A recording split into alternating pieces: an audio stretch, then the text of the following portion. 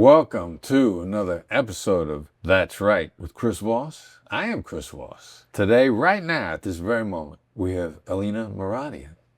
Alina, welcome. Thank you. It's nice to be here. It's wonderful having you here. All right, so is it a ridiculous idea for you to share with our viewers a little bit about you and your journey? I think my journey really started when I moved here at the age of 12 with my parents from Armenia.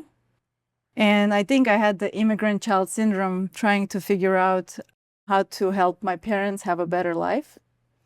And I've never stopped asking why and how. And as an immigrant child, as an immigrant family, you always feel like you're catching up, right? And ever since I was a little kid, I've had a special appreciation for finer things. I've had a special appreciation and a never-ending pursuit to never stop until I get to where I wanted my family to be. Financial freedom. I never wanted to be in a situation where I could say, we can't have this because.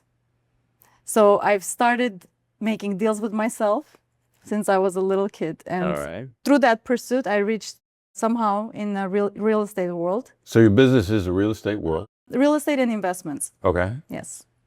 All right. And I've been doing real estate and real estate investments for the last 25 years. Wow, since you were 5. 3.5. Okay, there you go, right? All right, so what are some common challenges that your clients face? Very good question, because we were talking about that recently a lot. The past 5 years, I'm more focused on investment properties, and I'm more focused on people, clients like myself, who started from pretty much zero, and having them change the mindset. Let's say they start making money. It's the first generation of wealth builders. They start making money. They want to make that step into the investment world through real estate, and they're not ready to have that mindset shift, especially long-term investments. They want to see the return right away. So that's my biggest challenge, to work on them to change that mindset. Oh, okay. All right. Yeah, get them to change their mindset. So to come to that understanding, what strategies are you using to understand your clients and your customers better on an individual level?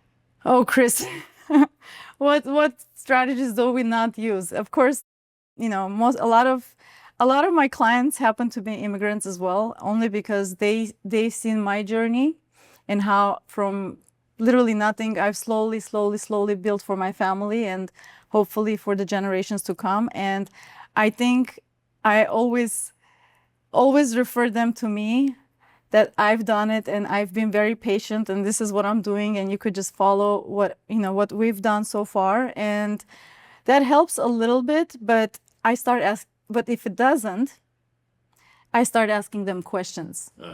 So why are you really doing this? Are you just following people? You just want to be wealthy, or are you really doing it for generations to come?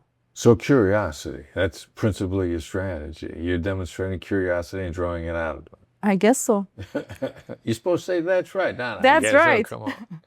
All right, so I'm sure there's been some difficult times that you've had to navigate with your clients. We're using empathy, tactical empathy. I bet you got a story of a difficult time. I got many. You have time?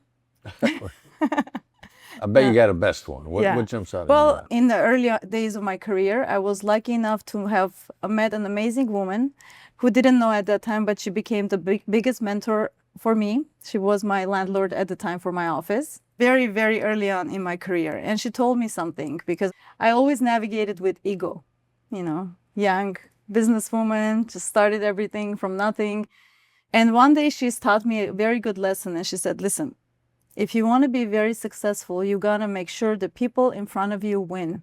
Wow. Okay. And that changed not just my life, but the way I do business. I always make sure that I put myself in the shoes of the other person. Let's say we're just navigating a regular transaction, we're representing a buyer, and every person wants to get the best deal, right?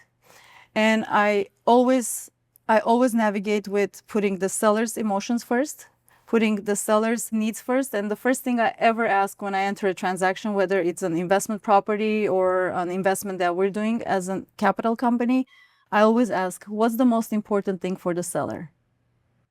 Especially dealing with a lot of trustee sales, they're selling their parents' assets, and a lot of people are very emotional. So you have to be very empathetic. You have to put their feelings first, and the rest will just go smoothly. Right, you're And building trust. You put it their never feelings fails. first. It Yeah. never fails. It never fails you to put them first. I can almost say it never fails. Oh, I like that. Yeah. Yeah. Okay. All right. So the that's right moment is usually when you summarize to someone how they feel about something, what their challenges are.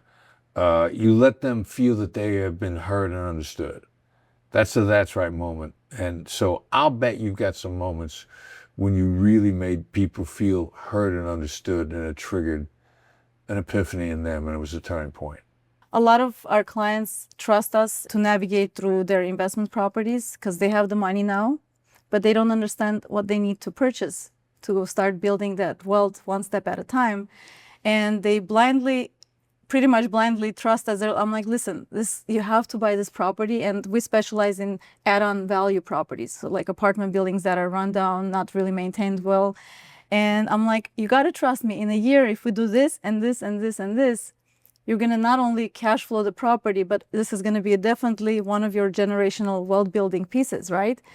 And even though they believe you, but they always have that little, okay, we'll see. Yeah. And then at the end of the journey, at that first step, when we do everything that needs to be done to add value to the property, bring in the appropriate tenants, collect the appropriate rents. And then when they start all of a sudden getting to that level where we saw the vision, but they never did, that's when you have when you show them the first month cash flow, right? They're like, that's right.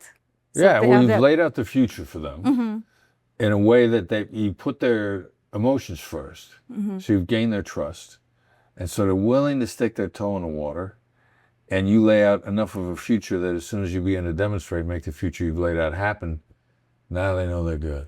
They're not only they're good, but they're good for generations to come. Good for generations to come. Yeah, and they have this joy and pride that overtakes them, and they're like, you know what? I like this. Let's do more of it. Yeah, amen. All right, well done. If someone wants to learn more about you and how they can do business with you, how do they find out about you? How do they connect with you? Well, I'm all over social media, Instagram, LinkedIn, What's Facebook. your Instagram? Alina Muradian Official. And if they just want to email me, my first name, last name @ yahoo.com. Yahoo.com. Thanks for being here. You're amazing. Thank you. It was a pleasure.